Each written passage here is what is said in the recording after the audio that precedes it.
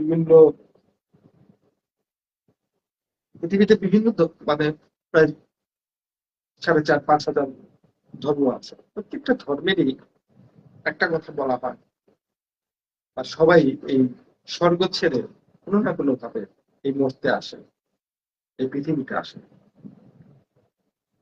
এবং এই পৃথিবীর মায়ায় আসলে সবাই পড়ে যায়।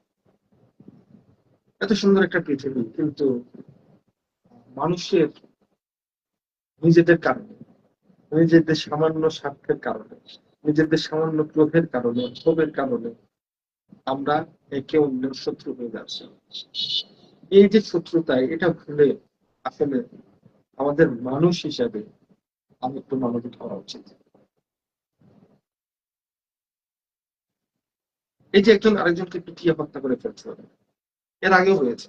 যদি গত 16 বছর বা তারও আগে, স্বাধীনতার 54 বছর হয়ে যাচ্ছে, 54 বছর ইতিহাস যদি আমরা দেখি, একটি বা অর্থাৎ একটা নির্বাচন ছাড়া বাকি কোনো নির্বাচন বা শান্তিপূর্ণভাবে কোনো ক্ষমতা হস্তান্তর হয়, ক্ষমতার পরিবর্তন হয়। তো এই যে স্বাধীনতার 53 বছর পার হয়ে গেল, বাংলাদেশ অনেকখানি এগিয়েছে, হয়তো আরো এগিয়ে যেতে পারতো। বাংলাদেশের যে কম সময়, কম দিন যারা স্বাধীনতা অর্জন করেছে বা স্বাধীন হয়েছে, তারাও কিন্তু বাংলাদেশের যে তুলনামূলকভাবে এগিয়ে গেছে। কিন্তু আমরা এগোতে পারলাম না কেন? আমাদের ভিতরে কেন এখন পর্যন্ত সেই মানবিকতার জায়গাটা তৈরি হয়? আমরা কেন প্রতিপক্ষকে খুব শত্রু মনে করছি এবং তাকে ধ্বংস করে দিতে চাচ্ছি? এটা প্রত্যেকটা সময় হয়েছে, প্রত্যেকটা সময়। শুধু এখন হচ্ছে তা না।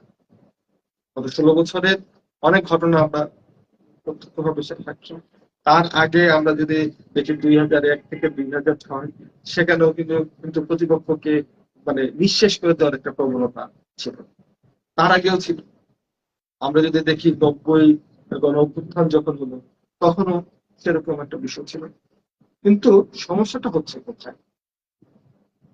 যত আমরা এগুচ্ছি, আমরা আমরা চিন্তা করছি যে মানুষ সময়ের সাথে সাথে এগুবে, মানুষের চিন্তা চেতনা ধ্যান ধারণা আধুনিকতা সবকিছু আসলে পরিপক্ক হবে, তা না, বরং আমরা উল্টা স্রোতে যাচ্ছি।